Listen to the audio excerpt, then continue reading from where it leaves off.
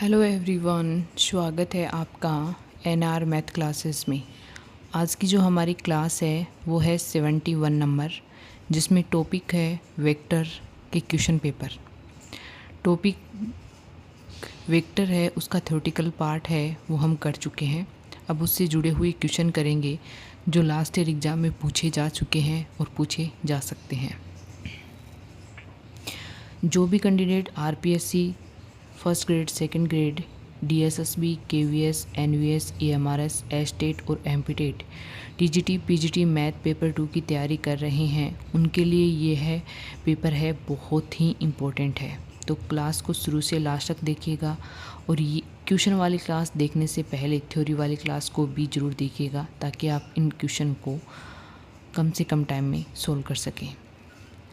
First question है हमारा, सदिश a equal 3i cap plus j cap plus 2k cap तथा b equal 2i cap plus 2j cap plus 4k cap के लंबवत इकाई सदिश ज्ञात कीजिए।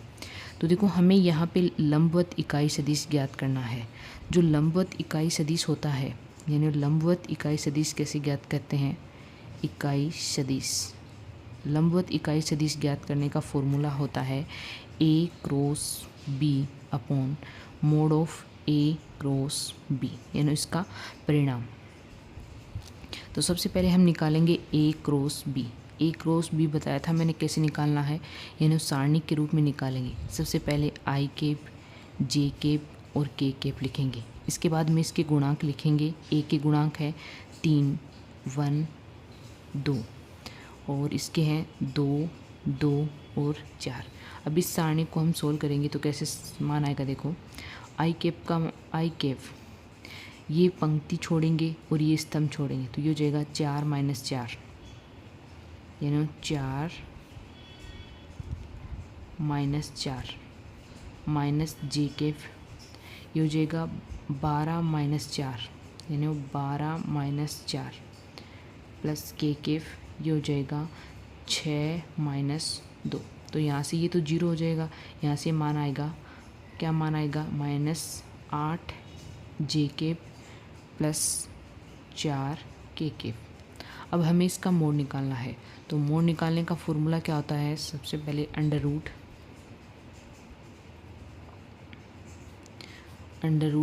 आई केप का स्क्वायर, तो आई केप का स्क्वायर, सॉरी आई केप के गुणांक का स्क्वायर, तो आई केप तो है नहीं तो वो तो 0 हो जाएगा। फिर जे केप के गुणांक का स्क्वायर प्लस के केप के गुणांक का स्क्वायर, तो यहाँ से मान कितना आ जाएगा? मान आएगा, ये हो जाएगा 64 प्लस 16, मान आ जाएगा यहाँ से 4√5। तो यहाँ पे हम इकाई सदिश निकाल सकते हैं। लंबवत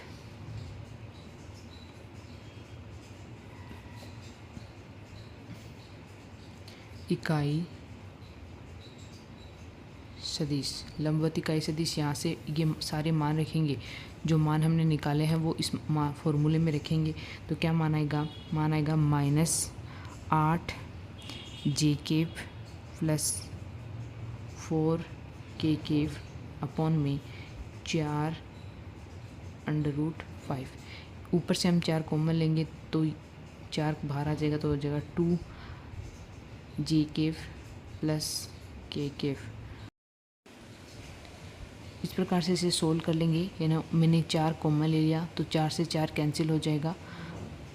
क्या मान आएगा? -2 j cap plus 4 k cap upon में √5। ये हमारा क्या हो जाएगा? लंबवत इकाई सदिश।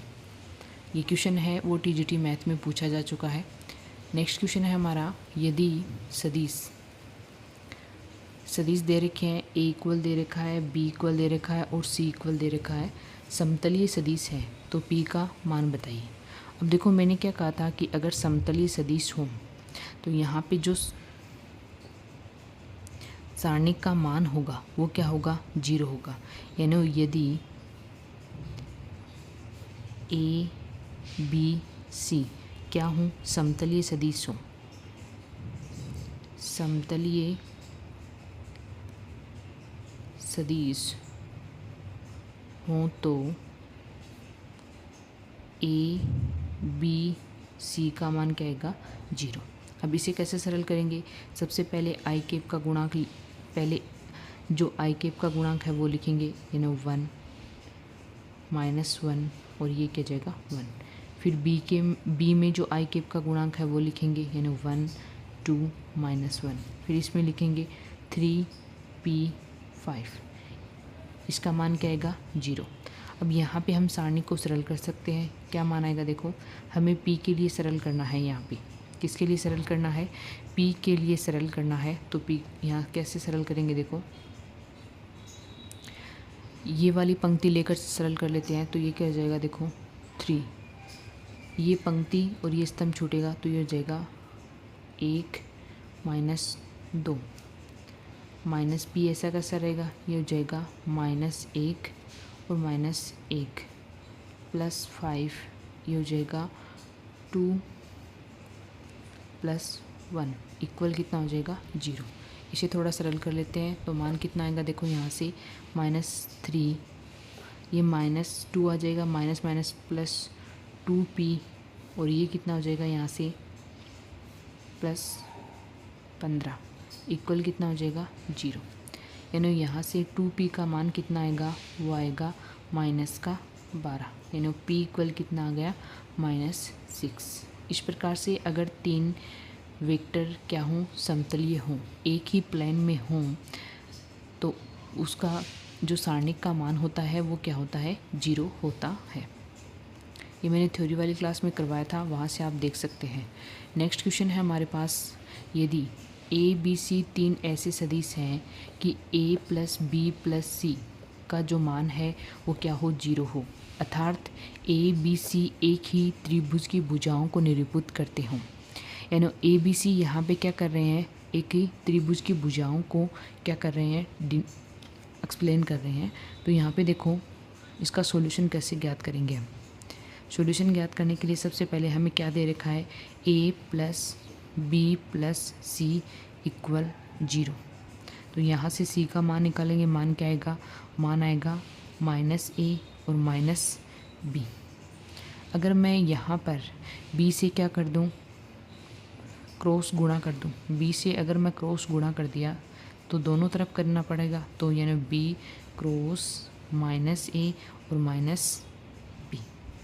इसे सरल करेंगे तो क्या मान आएगा, देखो यहाँ से मान आएगा -b cross a -b cross b, यानी क्या मान आ जाएगा, a क्रॉस b।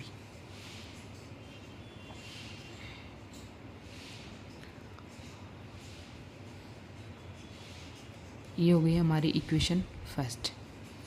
ऐसे ही अगर मैं इस इक्वेशन को a से क्रॉस कर दूं, यानी c क्रॉस a, तो क्या मान आएगा यहाँ से -a -b क्रॉस a, यानी दोनों तरफ होगा। इसे सरल करेंगे तो यहाँ से देखो क्या मान आएगा, -a cross a -b cross a। तो इसे हम क्या लिख सकते हैं, यहाँ पे a क्रॉस b लिख सकते हैं। तो ये किसका मान आ गया, c क्रॉस a का, यानी ये क्या हो गई हमारी इक्वेशन 2।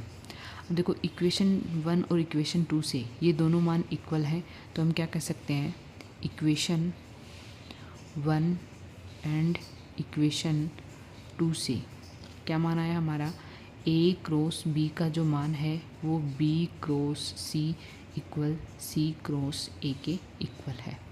अब देखो ये हम कई बार क्या करते हैं कि हमें इस प्रकार से मान देते हैं, a cross b = b cross c = c cross a b c यहाँ पे क्या है, वेक्टर है। तो ये क्या कर रहे हैं, एक ही त्रिभुज की भुजाओं को निरूपित कर रहे हैं। तो अगर ये दे दे तो हम कह सकते हैं कि a b c यहाँ पे क्या है, त्रिभुज की भुजाएं हैं। इसे उल्टा भी पूछा जा सकता है, जस्ट अपोजिट। लेकिन हमें क्वेश्चन में क्या पूछा है कि क्या सही हो सकता है, तो a cross b = b cross c = c cross a हो सकता है। कब हो सकता है, जब a + b + c = 0 हो तथा a b c एक त्रिभुज की क्या हो, भुजाएं हों।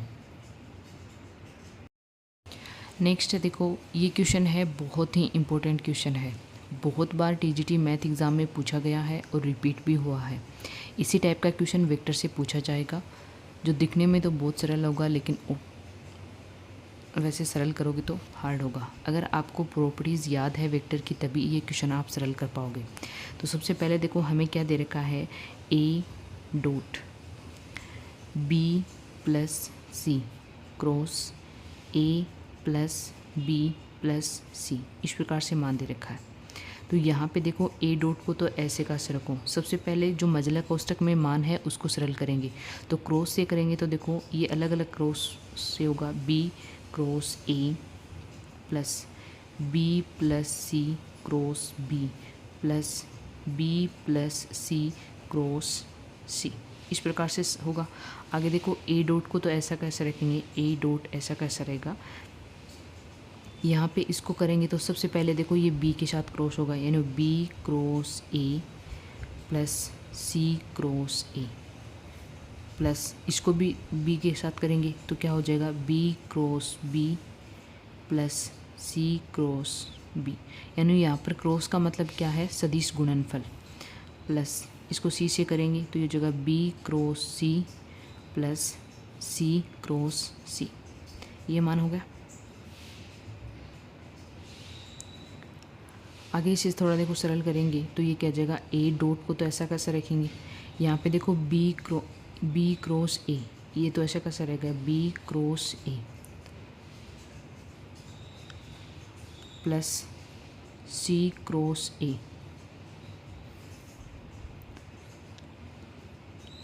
प्लस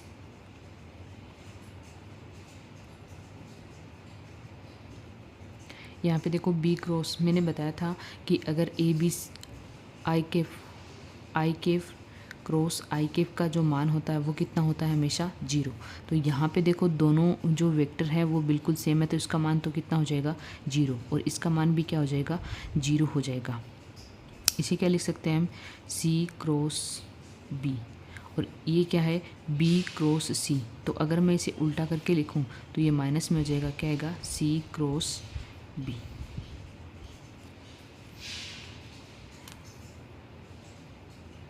ये कैंसिल हो जाएगा, सी क्रॉस बी माइनस में और ये प्लस में, तो यहाँ से मान आएगा A dot B cross A plus C cross A. इसे हम क्या लिख सकते हैं, देखो ए है वो डॉट होगा, इसके साथ भी होगा और इसके साथ भी होगा, तो इसे क्या लिख सकते हैं हम, a b c, sorry a b a, और इसके साथ भी डॉट प्रोडक्ट होगा तो क्या होगा ए सी ए।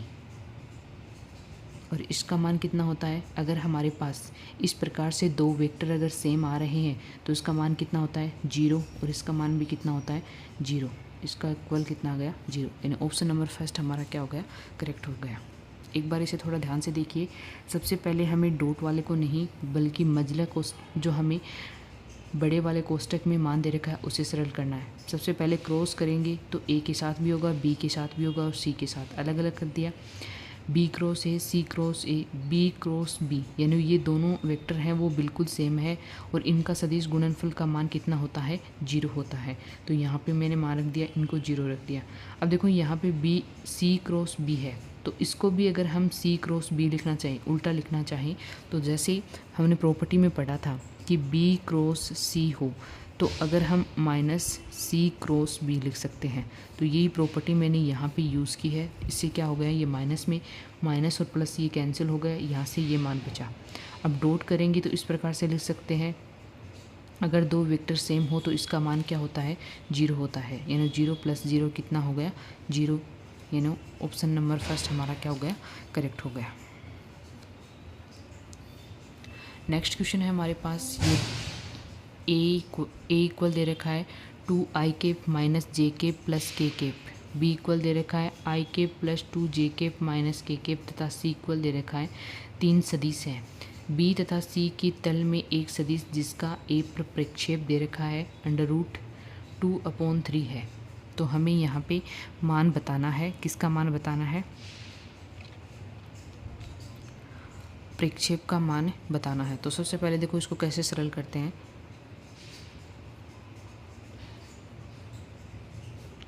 अभिष्ट सदिश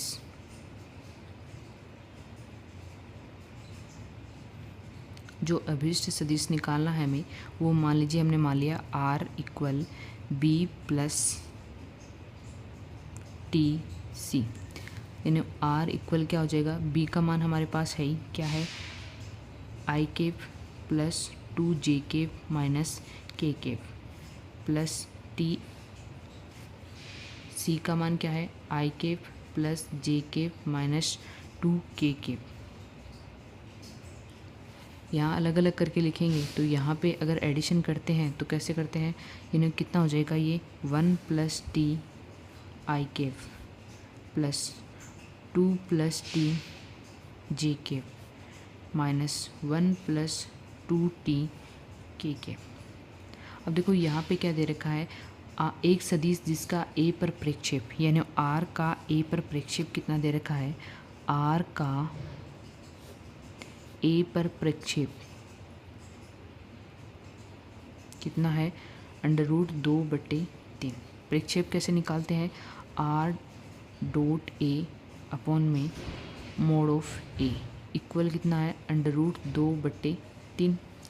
इसे थोड़ा सरल कर लेंगे, आर का मान भी है हमारे पास और ए का मान भी है, ए का मान ये रहा और आर का मान ये रहा। अगर डॉट करेंगे तो आई केप को आई केप से गुणा करेंगे, जे केप को जे केप से गुणा करेंगे, तो यहाँ से देखो मान क्या आएगा, इसे इससे करेंगे तो ये हो जाएगा 1 प्लस टी माइनस ये हो जाएगा 2 प्लस टी और ये हो जाएगा -1 प्लस 2t।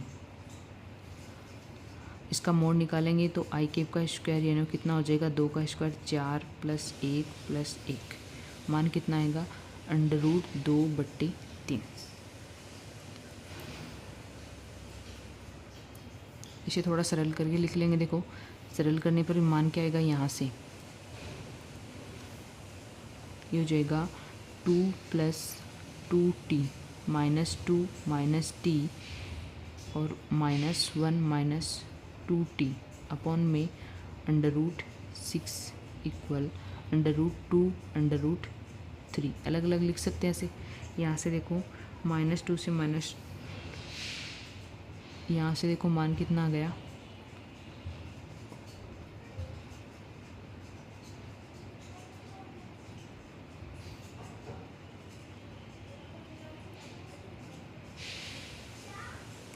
इसको उधर लेके जाएंगे तो इसे क्या लिख सकते हैं हम,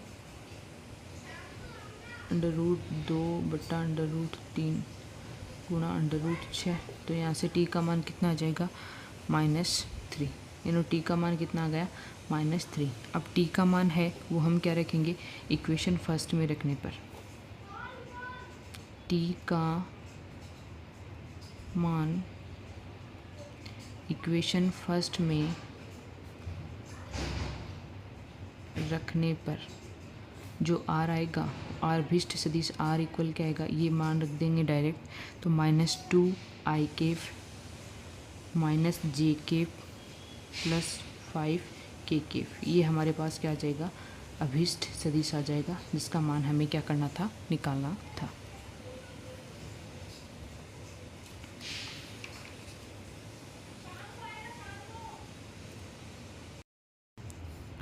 नेक्स्ट क्वेश्चन है, किन्हीं दो सदिश ए और बी के लिए ए क्रॉस बी का होल स्क्वायर क्या होता है। यानी हमें यहाँ पे ए क्रॉस बी का होल स्क्वायर बताना है सदिश के लिए। तो देखो यहाँ पे है ए क्रॉस बी का होल स्क्वायर, इसे हम क्या लिख सकते हैं, mod of A cross B का whole square. A cross B यानी दो सदिशों का सदिश गुणनफल का मान क्या होता है, वो होता है ए बी साइन थीटा का होल स्क्वायर। इसे हम क्या लिख सकते हैं, इसे लिख सकते हैं ए स्क्वायर बी स्क्वायर और sine square theta. A square b square sine square theta को क्या लिख सकते हैं, 1 माइनस कोस स्क्वायर थीटा। इसे अलग अलग गुणा करके लिखें तो ये हो जाएगा a square b square minus a square b square cos square theta. ये क्या हो जाएगा, a square b square minus, इसे क्या लिख सकते हैं, ए बी कोस थीटा का होल स्क्वायर, यानी इसे हम क्या लिख सकते हैं, a square minus b square sorry a square b square minus a dot b का होल स्क्वायर।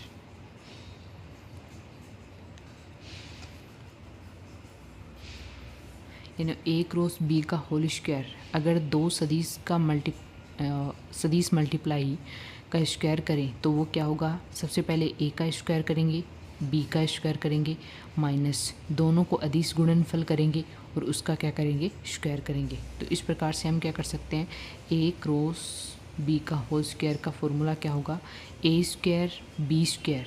यहाँ पे देखो जो वेक्टर वाला है इसमें डॉट का मतलब है सदिश गुणनफल और क्रॉस का मतलब है डॉट का मतलब है अदिश गुणनफल और क्रॉस का मतलब है सदिश गुणनफल। तो इसको थोड़ा ध्यान में रखिएगा। अगर डॉट लगा हुआ है तो आप ये मत समझ लेना कि यहाँ पे डॉट नहीं लगा हुआ तो इसका मतलब भी अदिश गुणनफल है, और इसका मतलब बी क्या है, अदिश गुणन। यहाँ पे क्रॉस और डॉट से बहुत इम्पोर्टेंट साइन है तो इसको थोड़ा ध्यान में रखिएगा। डॉट का मतलब है अदिश गुणनफल और क्रॉस का मतलब है सदिश गुणनफल। नेक्स्ट क्वेश्चन है, अल्फ़ा वेक्टर दे रखा है 2i plus 3j minus k, beta vector दे रखा है i plus 2j minus 4k और गामा दे रखा है i plus j plus k और हमें पूछा है इसका मान। तो देखो इसको सोल्व करने से सबसे पहले हमें क्या करना होगा, अल्फ़ा वेक्टर और बीटा वेक्टर का क्या करना होगा, सदिश गुणनफल, फिर अल्फ़ा वेक्टर और गामा वेक्टर का सदिश गुणनफल करना होगा, उसके बाद में उसका क्या करना होगा, डॉट का मतलब है अदिश गुणनफल करना होगा। तो सबसे पहले हम सब अलग अलग निकाल लेते हैं। सबसे पहले क्या निकालेंगे, alpha vector cross beta vector. कैसे सोल्व करते हैं, सारणिक रूप में i और k। इसका मान रखेंगे सबसे पहले 2 3 -1 -1 2 -4। तो यहाँ से देखो i ये हो जाएगा -12 प्लस 2 माइनस j ये हो जाएगा -8 और -1 प्लस k। तो यहाँ से मान आएगा 4 + 3। इसे थोड़ा सरल करके लिखेंगे तो ये हो जाएगा -10 i और +9j और +7k। ऐसे ही क्या निकाल लेंगे, अल्फ़ा क्रॉस गामा क्रॉस का मान निकालेंगे i j और k। अल्फ़ा का मान तो ऐसा कैसा रहेगा, गामा के लिए क्या है 1 1 और 1। तो यहाँ से सरल करेंगे i ये कितना हो जाएगा 3 + 1 माइनस j ये हो जाएगा 2 + 1 प्लस k ये हो जाएगा 2 - 3। इसे सरल करेंगे तो जगह 4 i minus 3 j minus k। अब हमें तो देखो क्वेश्चन में क्या पूछा है, इन दोनों का डॉट प्रोडक्ट पूछा है, यानी अदिश गुणनफल करना होगा। क्या है, alpha beta dot alpha cross gamma, इनका क्या करना है, अदिश गुणनफल। अदिश गुणनफल देखो कैसे करते हैं, डायरेक्ट करते हैं, आइटा को आइटा से कर दो, जे को जे से, के को के से। तो यहाँ से गुणा करेंगे तो क्या मान आएगा, माइनस का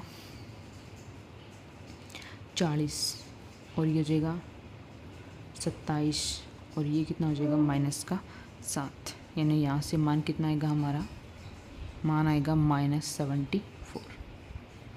मैंने यहाँ पे डायरेक्ट कर दिया है, आइटा को आई कैप से करना है, जे को जे से, के को के। अगर प्लस है तो प्लस रखो, माइनस है तो माइनस रखो। तो ये हमारा क्या गया, अदिश गुणनफल इन दोनों का। यही क्वेश्चन में हमें पूछा था। नेक्स्ट क्वेश्चन है हमारे पास, यदि v एवं w दो परस्पर लंबवत इकाई सदिश हैं तथा u = av + bw, a और b अशून्य वास्तविक संख्याएं हैं, तो u तथा w के बीच कोण ज्ञात करना है।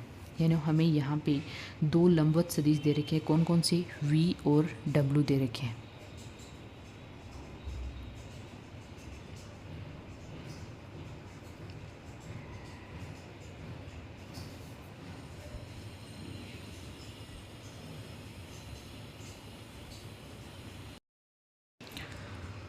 देखो यहाँ पे v और w दो परस्पर लंबवत इकाई सदिश हैं। दो परस्पर लंबवत इकाई सदिश हैं। इकाई सदिश का मतलब है कि इनके मोड का जो मान है वो कितना है, 1 है। यानी मोड ऑफ v भी कितना है, 1, और मोड ऑफ w भी कितना है, 1 है। यहाँ से तो सबसे पहले देखो जो हमें दे रखा है u equal a v plus b w। अब देखो लंबवत दे रखा है, परस्पर लंबवत है, यानी v इंटू डब्ल्यू का मान कितना है हमारे पास, 0। अब यहाँ पे देखो अगर मैं इस u को दोनों तरफ डॉट प्रोडक्ट कर दूँ w से तो क्या मान आएगा, देखो u dot w equal w से डॉट प्रोडक्ट करेंगे तो ये हो जाएगा a v plus b dot w। यहाँ से मान क्या आएगा, देखो a तो ऐसा कैसा रहेगा, v dot w plus b w dot w। इसका मान कितना है, अभी मैंने बताया था 0, तो ये तो 0 हो जाएगा। ये क्या हो जाएगा, b क्या लिख सकते हैं, w स्क्वायर, यानी u डॉट w का मान कितना आ गया, b w स्क्वायर, यानी w स्क्वायर कितना हो जाएगा, 1, यानी यहाँ पे u डॉट w का मान कितना आ गया हमारे पास, b। इसे देखो थोड़ा सरल करके लिखें तो अदिश गुणनफल को कैसे लिखते हैं, mod of u mode of w, और क्योंकि इनके बीच का कोण निकालना है कोस थीटा इक्वल b। यहाँ से कोस थीटा का मान कितना हो जाएगा, वो हो जाएगा b upon mode of u और mode of w। Mode of u निकालें क्योंकि यहाँ पे v और w तो एक क्या है, सदिश है, वो भी क्या है, इकाई सदिश है। इकाई सदिश है तो यहाँ पे b, यानी सबसे पहले v के गुणांक का स्क्वायर करेंगे, यानी कितना हो जाएगा, a square plus b square. Mode of w एक इकाई सदिश है तो इसका मोड कितना होता है, 1, ये कितना हो जाएगा, 1, यानी यहाँ से मान क्या आएगा, b upon under root a square plus b square. हमें तो क्या पूछा है, इनके बीच का कोण पूछा है, तो थीटा इक्वल क्या होगा, cos inverse b upon under root a square plus b square. तो इस बात को थोड़ा ध्यान में रखिएगा, दो परस्पर लंबवत सदिश हों तो उनका जो अदिश गुणनफल होता है उसका मान 0 होता है, और उनका जो परिणाम होता है उसका मान कितना होता है, 1 होता है। अब देखो यहाँ पे क्या करते हैं, हम लेफ़्ट साइड में भी डॉट कर सकते हैं और राइट साइड में भी। तो यहाँ पे देखो लेफ़्ट साइड डॉट करना और राइट साइड डॉट करने में थोड़ा फ़र्क होता है, उसको ध्यान में रखिएगा। मैंने यहाँ पे राइट साइड में इसलिए किया है ताकि यहाँ से मैं u डॉट v को क्या कर सकूँ, 0 कर सकूँ। तो ये जो पहला पद है वो तो डायरेक्टली 0 हो जाएगा, और w डॉट w का मान पता ही है, स्क्वायर होगा। तो एक इकाई सदिश का स्क्वायर होता है वो कितना होता है, 1 होता है। तो यहाँ से मान कितना आ जाएगा हमारा, 1। नेक्स्ट क्वेश्चन है हमारे पास, यदि दो इकाई सदिश, ये क्वेश्चन है वो DSSB TGT में पूछा गया है। यदि दो इकाई सदिश का योग भी इकाई सदिश हो तो इनके अंतर का मापांक क्या होगा, यानी हमें यहाँ पे इनका क्या निकालना है, मापांक निकालना है। तो सबसे पहले देखो a तथा b के बीच का कोण मान लेते हैं हम, माना दो इकाई सदिश मान लिया हमने a तथा b के बीच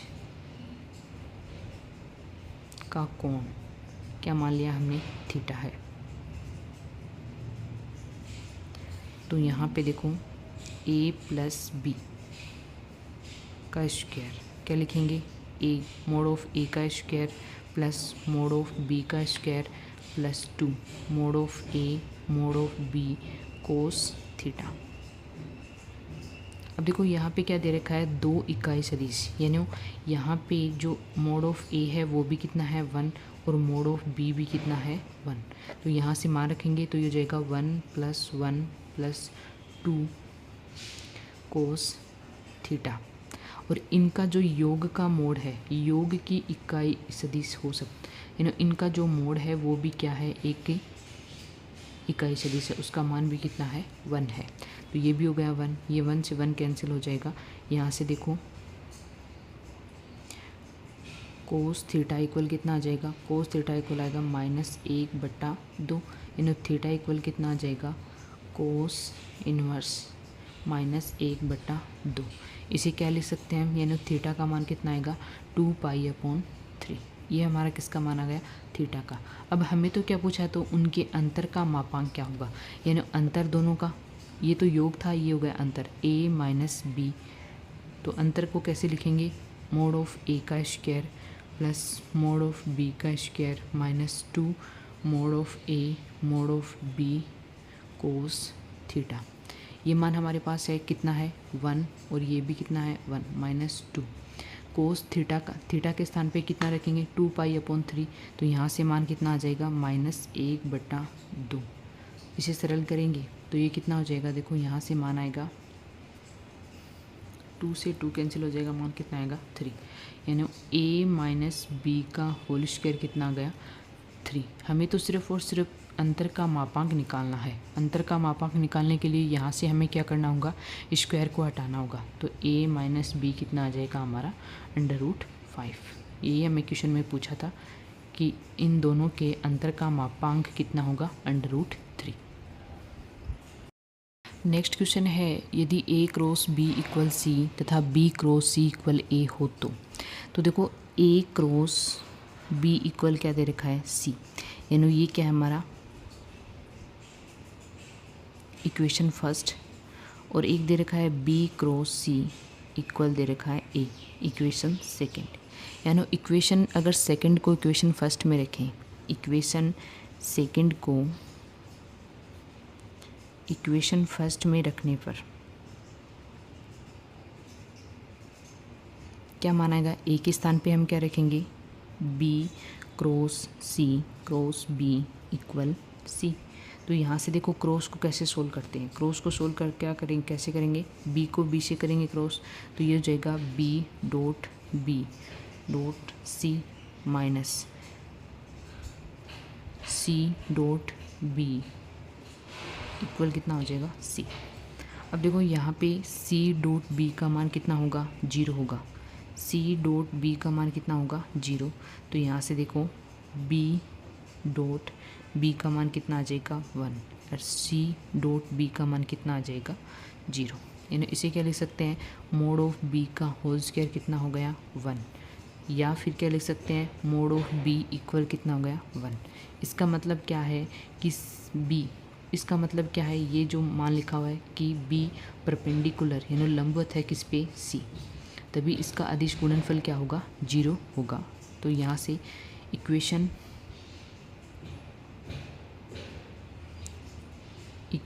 2 से क्या लिख सकते हैं, b क्रॉस c इक्वल क्या हो जाएगा a।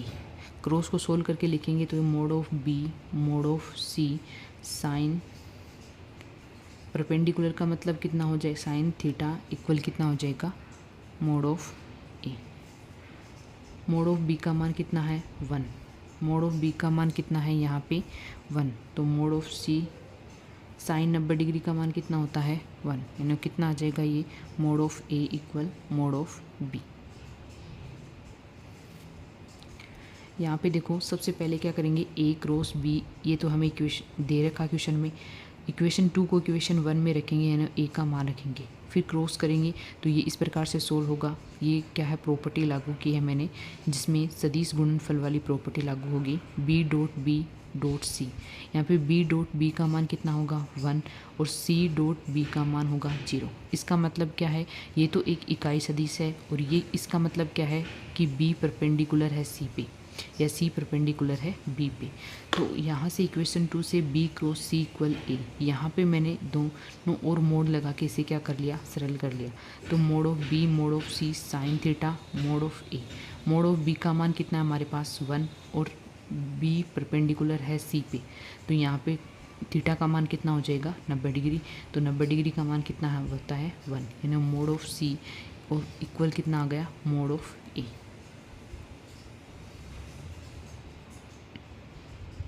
यानी यहाँ से b का मान तो क्या आ गया 1 और c का मान क्या आ गया a, यानी ऑप्शन नंबर 3 हमारा क्या हो जाएगा करेक्ट हो जाएगा। नेक्स्ट क्वेश्चन है, यदि किसी समांतर चतुर्भुज के विकर्ण 3i cap plus j cap minus 2k cap तथा i cap minus 3 j cap plus 4 k cap हो तो इसका क्षेत्रफल किसके बराबर होगा। हमें यहाँ पे सबसे पहले क्या करना है, क्षेत्रफल निकालना है। क्षेत्रफल कैसे निकालते हैं, समांतर चतुर्भुज का क्षेत्रफल क्या होता है, समांतर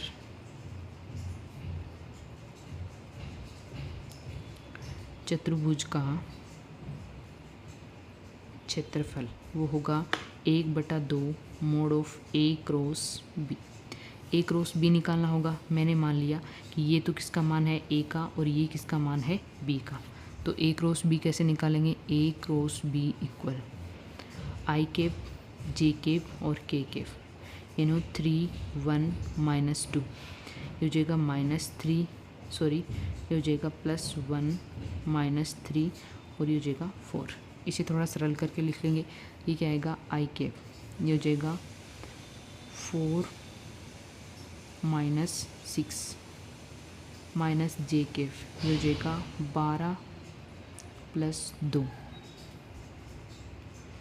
प्लस के केप, ये हो जाएगा -9 और -1। तो यहाँ से मान कितना आएगा, -2 आई केप, ये हो जाएगा -14 जे केप और ये हो जाएगा -10 के केप। ये माना गया। अब हमें इसका क्या निकालना है, मोड निकालना है, क्योंकि हमें फॉर्मूले में क्या चाहिए, इसका मोड चाहिए। तो मापांक निकालेंगे, वो क्या होगा, आई केप का स्क्वायर यानी -2 का स्क्वायर प्लस -14 का स्क्वायर प्लस -10 का स्क्वायर। तो यहाँ से मान कितना आ जाएगा हमारा, ये हो जाएगा 4 + 196 + 100, यानी यहाँ से मान कितना आएगा 300, यानी अंडर रूट कितना आ जाएगा 300। तो यहाँ से समांतर चतुर्भुज का क्षेत्रफल कितना हो जाएगा, समांतर चतुर्भुज का क्षेत्रफल क्या होगा, √300/2।